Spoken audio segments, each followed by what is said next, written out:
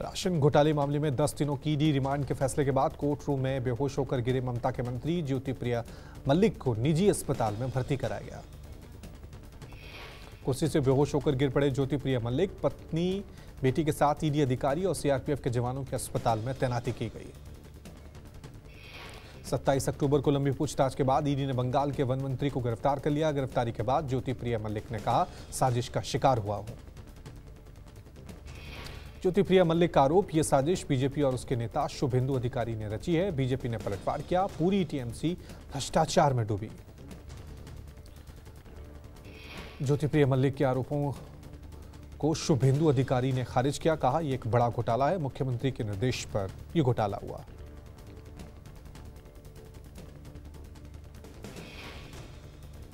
इसको अंदर not only Jyotipriya Mallick, not only rice mill owners, इसका अंदर बहुत ब्यूरोक्रेट भी इन्वॉल्व है और मुख्यमंत्री का इशारा में हुआ। हम लोग का डिमांड है chief minister should. Jyotipriya Mallick की गिरफ्तारी और वैभव गहलोत को ईडी के समन पर संजय राउत ने निशाना साधा। यह हारने का डर है, 5 राज्यों के चुनाव भी हार रहे हैं। हारने के डर से बीजेपी बौखला गई है।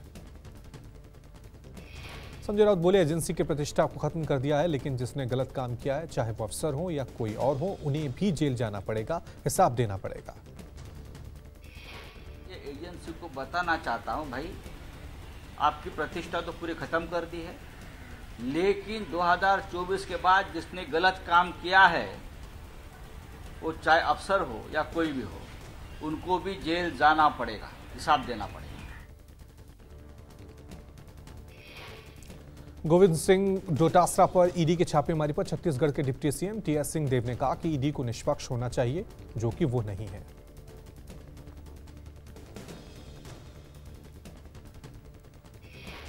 छत्तीसगढ़ के डिप्टी सीएम टीएस सिंहदेव बोले, ईडी ने ऑपरेशन लोटस पर ध्यान क्यों नहीं दिया? ईडी का दुरुपयोग बिल्कुल नहीं होना चाहिए।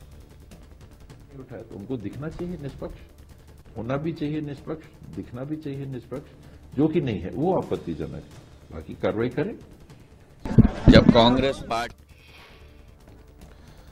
मध्य प्रदेश के ग्वालियर में केंद्रीय मंत्री ज्योतिरादित्य सिंधिया ने कहा कि हर बार कांग्रेस हारती तो ईवीएम पे सवाल उठाती, जनता ने बीजेपी को जिताने का मन बनाया। चुनाव में जनता ने तय कर लिया है कि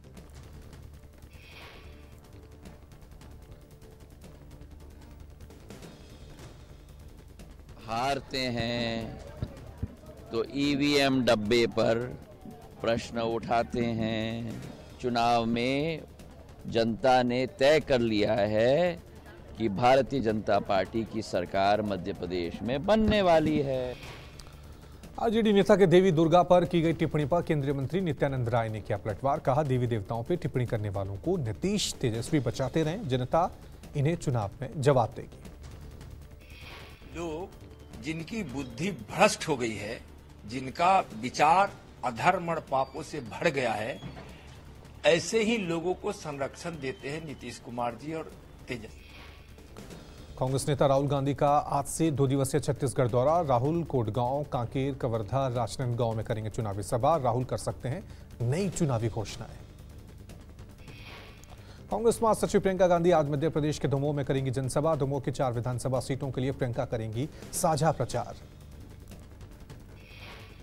मध्य प्रदेश चुनाव के लिए अमित शाह आज जारी कर सकते हैं बीजेपी का घोषणा पत्र। 3 दिवसीय चुनावी दौरे पर आ रहे हैं शाह की जबलपुर, छिंदवाड़ा और राजधानी में जनसभाएं हैं। तेलंगाना में केंद्रीय मंत्री अमित शाह का बड़ा ऐलान। कहा, बीजेपी सत्ता में आई तो पिछड़ा वर्ग का होगा मुख्यमंत्री। सूर्यपेट में जन गर्जना सभा को संबोधित करते हुए कांग्रेस बीआरएस को बताया परिवारवादी पार्टियां। राजस्थान चुनाव को लेकर चुनाव आयोग का बड़ा फैसला। राज्य विधानसभा में सुबह 7 बजे से शाम 6 बजे तक 11 घंटे होगी वोटिंग। 25 नवंबर को होने हैं चुनाव। तेलंगाना विधानसभा के लिए कांग्रेस ने जारी की दूसरी लिस्ट में 45 उम्मीदवारों के नाम शामिल। पूर्व क्रिकेटर मोहम्मद अजहरुद्दीन जुबली हिल्स से चुनाव लड़ेंगे। मध्य प्रदेश चुनाव के लिए सपा ने गुरुवार को जारी की 5वीं लिस्ट। 35 उम्मीदवारों का ऐलान, 5 सीटों पर बदले प्रत्याशी। सीएम शिवराज के खिलाफ सपा ने मिर्ची बाबा को मैदान में उतारा। छत्तीसगढ़ चुनाव के लिए शुक्रवार को आपने जारी की 12 उम्मीदवारों की 5वीं लिस्ट। 90 सीटों की विधानसभा के लिए पार्टी अब तक 57 प्रत्याशियों का ऐलान कर चुकी है। सीएम गहलोत ने राजस्थान में 5 और गारंटियों का ऐलान किया। फ्री लैपटॉप, टैबलेट की गारंटी, गोधन योजना, आपदा राहत बीमा की गारंटी, अंग्रेजी माध्यम से शिक्षा की गारंटी, ओपीएस की गारंटी दी। मध्य प्रदेश विधानसभा चुनाव के लिए बीजेपी ने जारी की स्टार प्रचारकों की लिस्ट में पीएम मोदी, गृह मंत्री शाह, पार्टी अध्यक्ष नड्डा और यूपी सीएम योगी सहित 40 नेता शामिल। राजस्थान विधानसभा चुनाव के लिए आम आदमी पार्टी ने जारी की दूसरी लिस्ट। पार्टी ने 21 उम्मीदवारों को मैदान में उतारा। आम आदमी पार्टी ने अपनी पहली लिस्ट में 23 उम्मीदवारों को टिकट दिया था। बीकानेर, वेस्ट, रतनगढ़, सीकर, शाहपुरा, चौमू की सीटें शामिल।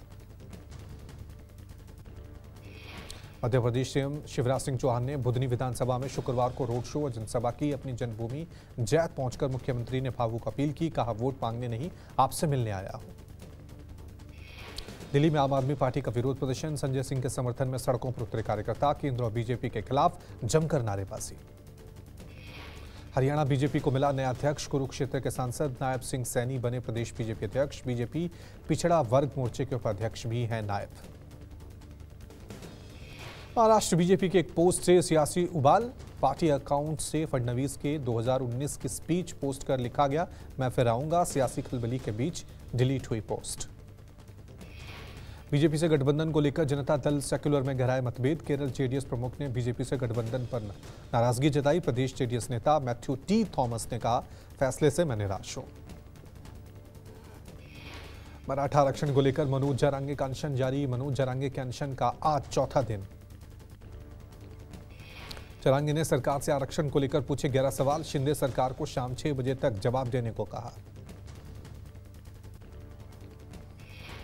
प्लॉट खरीद मामले में पंजाब के पूर्व वित्त मंत्री और बीजेपी नेता मनप्रीत बादल को फिर समन। पंजाब विजिलेंस ब्यूरो ने मनप्रीत बादल को एक बार फिर समन भेजा।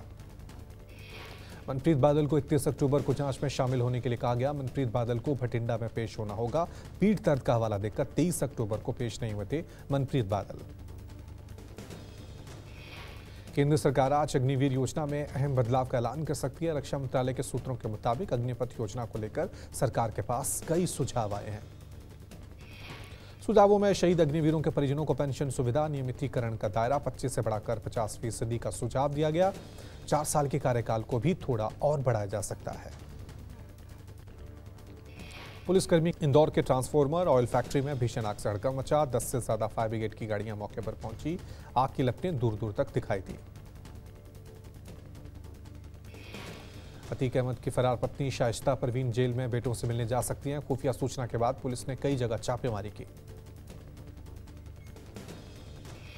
यूपी के गौसपुर कछार में पुलिस ने चलाया सर्च ऑपरेशन। गंगा के रास्ते बेटों से मिलने आ सकती हैं शाइस्ता परवीन। 50,000 की इनामी है शाइस्ता परवीन। ओडिशा के भुवनेश्वर में अमृत कलश यात्रा में शामिल हुए केंद्रीय मंत्री धर्मेंद्र प्रधान। पद यात्रा में भारी संख्या में लोग कलश लेकर शामिल हुए। हिमाचल में कुल्लू दशहरा मेले के दौरान लगी भयानक आग। आग लगने से 15 दुकानें और तंबू जलकर खाक। ढालपुर मैदान में दशहरा उत्सव चल रहा था। कुल्लू दशहरा उत्सव के दौरान देवी देवताओं के लिए बनाए गए पंडाल में लगी आग। आग बुझाते समय चपेट में आने से 2 लोग झुलसे। लाखों का नुकसान। हरिद्वार में शरद पूर्णिमा के मौके पर श्रद्धालुओं ने गंगा में डुबकी लगाई। प्रयागराज में भी संगम तट पर लोगों ने स्नान किया। श्रद्धालुओं ने पूजा अर्चना की। गुजरात के राजकोट में दिवाली से पहले रंगोली के रंगों की मांग बढ़ी। बाजारों में लोग ठेले लगाकर रंगोली बेचते हुए नजर आए।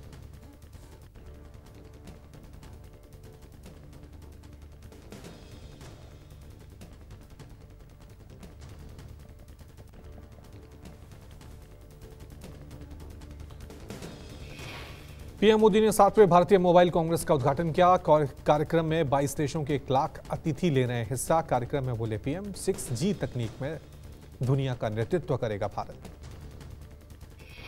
पीएम मोदी ने किया श्रीराम की तपोभूमि चित्रकूट का दौरा। तुलसी पीठ के महंत जगतगुरु रामभद्राचार्य से की मुलाकात। पीएम मोदी ने जगतगुरु रामभद्राचार्य की लिखी पुस्तकों का विमोचन किया।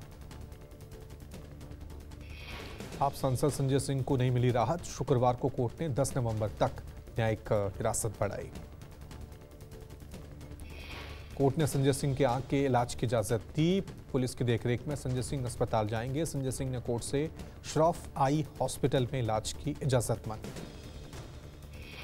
संजय सिंह ने एक बार फिर पीएम मोदी पर निशाना साधा। कोर्ट से बाहर निकलते हुए संजय सिंह ने कहा, मोदी जी भ्रष्ट नेता हैं। अगर जांच हो गई तो जिंदगी भर जेल में रहेंगे।